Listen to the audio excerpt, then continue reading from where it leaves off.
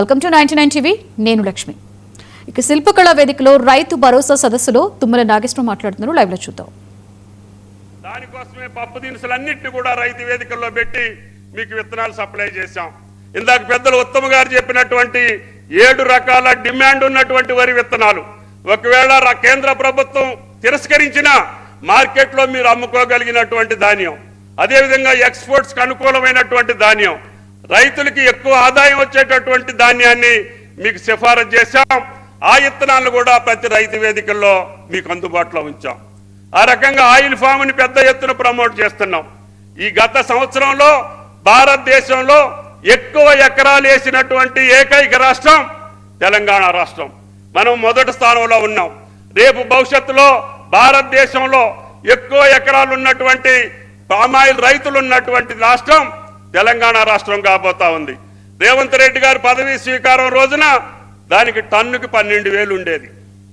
ఈ 2.5 సంవత్సరాల్లో ఆ టన్నుని 24,000 చేశాం.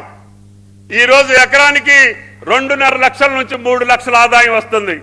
తెలంగాణ అన్ని జిల్లాల్లో కూడా ఫ్యాక్టరీలు నిర్మాణం చేయాలని మా ప్రభుత్వం యొక్క కోరిక, ముఖ్యమంత్రి గారి యొక్క ఆదేశం అని చెప్పి కూడా మీకు ఈ సందర్భంగా మనం చేస్తున్నాం.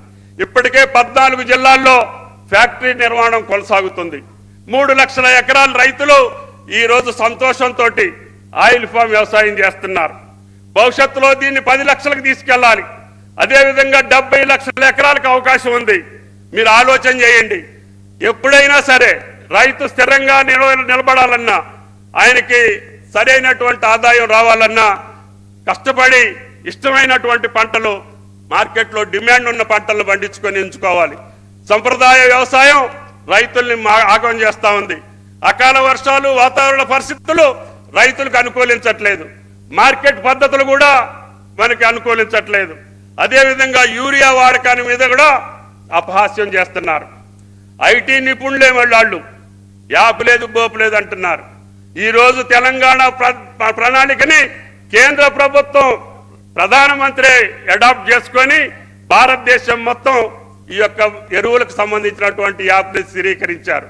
అంటే కేవలం రైతుకే ఎరువులు వెళ్ళాలి, పక్కదారి పట్టకూడదు, పరిశ్రమలకు వెళ్ళకూడదు, దొడ్డిదారిని వెళ్ళకూడదు, బ్లాక్ మార్కెట్ వెళ్ళకూడదు అనే ఉద్దేశంతో యాప్ని పెట్టి 90% రైతులు ఇంటికాడుండి యూరియాని బుక్ చేసుకుంటున్నారు.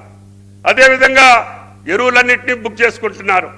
రైతు సుఖపడటం ప్రతిపక్షాలకు ఇష్టం లేదు. రైతు సంతోషంగా ఉండటం ప్రతిపక్షాలకు ఇష్టం ఉండదు. తెలంగాణ ప్రభుత్వం ఇన్ని కార్యక్రమాలు చేపట్టగలగటం వాళ్ళకి కడుపు మంటగా ఉంది. కాబట్టి ఎవరు కడుపు మంటకి రాష్ట్ర ప్రభుత్వం బాధ్యత కాదు.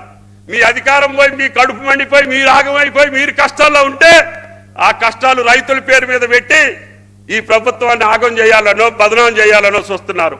అది మీకు సాధ్యం కాదు అని చెప్పి మీకు ఈ సందర్భంగా మనం చేస్తున్నాం. అందుకనే రైతుకి ఏదైనా ఇబ్బంది ఉంటే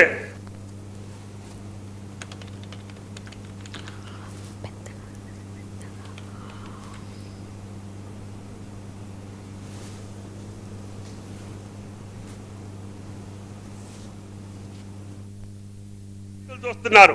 నేను ప్రతి మంగళవారం వాళ్ళతో మాట్లాడుతున్నా.